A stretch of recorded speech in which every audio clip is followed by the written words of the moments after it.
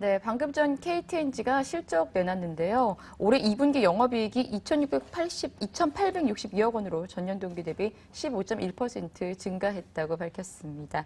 네, 이어서 바로 이슈 진단 순서 들어가도록 하겠습니다. 코스피가 2020선 넘어가면서 연중 최고치 경신했습니다. 오늘장 상승 원인 짚어보고요. 대응 전략까지 세워보도록 하겠습니다.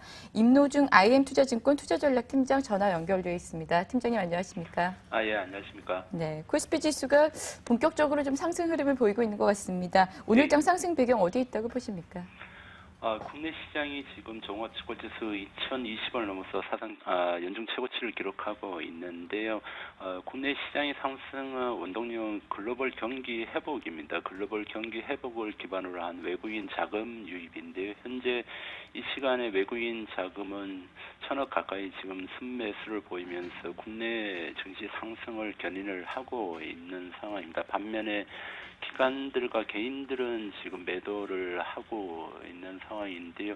외국인 자금 유입이 시장의 상승을 견인을 하고 있습니다. 네, 글로벌 경기 회복을 기반으로 해서 외국인의 자금이 유입된다 이렇게 말씀을 하셨는데 이러한 의미 있는 외국인의 매수세 계속 이어질 수 있다고 보십니까?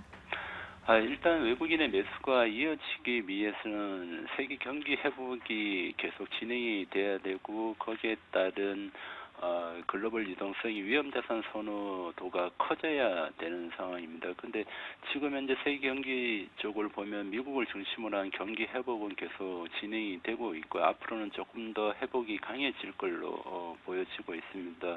어저께 나온 중국의 2, 4분기 GDP도 경기 회복에 대한 부분을 조금 더 강화시키는 요인으로 작용할 걸로 보고 있고요.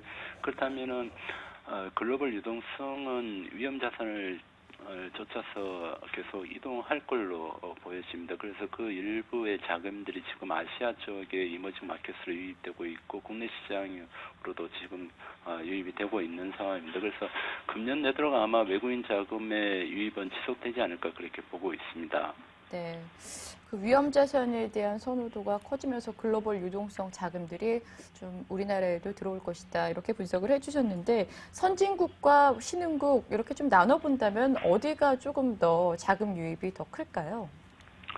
일단 지금은 선진국 주식시장으로도 자금이 흘러 들어가고 있고 이머징 마켓, 특히 아시아 이머징 마켓 쪽으로도 자금이 유입이 되고 있는 상황입니다. 그 규모 면에서 보면은 선진국 마켓이 워낙 크니까 그쪽에 규모가 훨씬 큽니다. 그 반면에 이제 이머징 마켓 쪽으로 보면 이머징 마켓 전체적으로 자금이 유입이 되고 있는 건 아니고요. 뭐 저쪽에 남미 이머징 마켓이나 아니면 중동 쪽의 이머징 이런 쪽으로는 자금이 유입되지 않고 특히 이제 아시아 쪽의 이머징 대만이나 한국, 대만, 인도, 인도네시아 뭐 이런 쪽에 위주로 해서 지금 자금이 유입이 되고 있는 상황입니다. 그래서 선진국 쪽하고 이머징 마켓하고 동시에 지금 자금이 유입되고 있다고 보시면 될 것 같습니다. 네, 그동안에 사실 2,000선에만 도달하면 기관이 무조건 매도세로 다시 전환을 하면서 다시 지루한 박스권을 돌파를 하지 못했는데 앞으로 전망, 이 박스권 흐름 계속 될 것이라고 보시는지 아니면 돌파할 것이라고 보시는지 좀 의견 부탁드립니다. 일단 오늘의 문제는 주가지수 2020에 안착하냐는 여부가 중요할 것 같고요. 그 위에서 보면은 2050을 뚫는 게 가장 급선무일 걸로 보여집니다. 지금은 현재 2, 4분기 어닝 시즌이고 어닝에 대한 부담은 있습니다. 뭐 미국 쪽에 그 기업 실적은 그래도 괜찮다고 보여집니다만 국내 쪽에 넘어오면은 기업의 2분기 실적은 별로 좋지가 않거든요. 그래서 실적 부담은 있는 상황입니다. 반면에 이제 글로벌 경기 회복을 기반으로 한 외국인 자금 유입은 계속될 걸로 보고 있기 때문에 그 부분이 이제 시장의 상승을 견인할 요인으로 보여진다. 반면에 이제 국내 쪽의 기관들은 주식형 수익증권의 한매 부담 때문에 매도를 계속할 가능성이 높습니다. 그렇게 본다면은 지금 당장 2050을 들고 올라가기는 좀 버겁지 않나는 생각이 듭니다. 그렇지만 이제 향후에 하반기에 국내 경기 회복 쪽까지 감안을 해보면은 충분히 2050은 금년에 뚫고 위쪽으로 올라갈 수 있을 걸로 보여집니다. 네, 그렇군요. 원달러 환율이 그동안 원화 강세 굉장히 좀 가파르다가 최근 며칠 사이에 다시 좀 환율이 반등하면서 1,020원 선에서 지금 움직이고 있습니다. 환율 예. 지금 오늘 조금은 하락하고 있는데 어떻게 앞으로 전망 어떻게 보십니까? 일단은 원화 부분은 달러원 환율은 지금 현재 1,028원을 기록하고 있는데 어저께 대비하고 3.25원 하락했는데 지금 현재 외환시장 상황을 보면은 국내 쪽에 실물적 무역수지, 경상수지 흑자 부분은 지속이 되고 있습니다. 그 다음에 또 주식시장과 채권시장 쪽, 자본시장 쪽으로 외국인 자금이 또 지속이 되고 있고 그래서 달러와 유동성 측면은 워낙 강세 요인입니다. 반면에 이제 대외적으로 보면은 이번 주에 지난주에 불거진 게 포르투갈에 대한 불안감이 조금 커졌고요. 그 다음에 이라크 문제가 지속이 되고 있는 상황입니다. 그 다음에 특히 미국 연준의 통화 정책이 변했다는 거죠. 통화 정책이 변화는 결국 이제 글로벌 달러 강세이기 때문에 글로벌 달러 강세는 워낙 약세 요인입니다. 이렇게 보면은 국내 쪽에는 워낙 강세 요인이 좀 우세하지만 해외 쪽에는 글로벌 달러 강세로 인해서 워낙 약세 요인이 훨씬 더 우세한 상황입니다. 특히 이제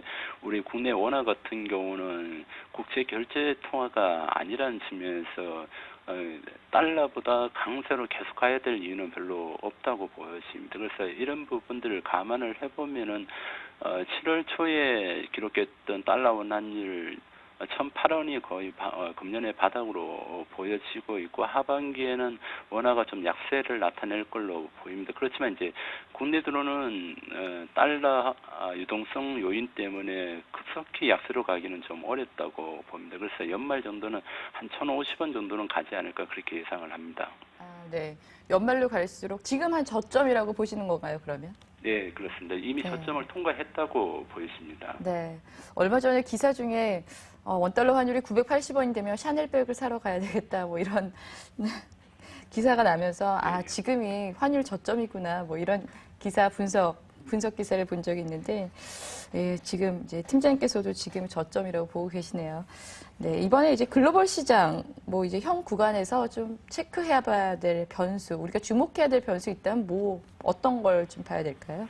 근데 이번 주에 중요한 이벤트는 이미 지나왔습니다. 그 연준리 의장의 의회 증언이 통화 정책에 대한 증언이 이미 있었고요. 상하원 양원에 있었고요. 그다음에 중국의 어저께 2, 4분기 GDP 발표가 있었습니다. 그래서 중요한 이벤트는 지나왔는데, 근데 한 가지 주목해야 되는 게 지금이 2, 4분기 어닝 시즌이라는 거죠. 그래서 오늘 저녁에 당장 모건 스탠리랑 구글 쪽의 기업이 실적을 발표를 하고 내일은 지가 발표를 합니다. 그래서 이런 굵직한 기업의 실적 발표에 대해서 관심을 좀 가져야 될 것 같고요. 또한 지난주 후반부터 불거진 포르투갈 BS 은행 유동성 문제에 대해서도 좀 관심을 가져야 될 것 같거든요. 이 포르투갈 BS 은행 유동성 문제는 뭐 시스템 위기로 가지는 않겠지만 그래도 좀 여기서 재차 불거진다면은 국제 금융 시장에 좀 우려를 증폭시킬 수 있는 요인입니다.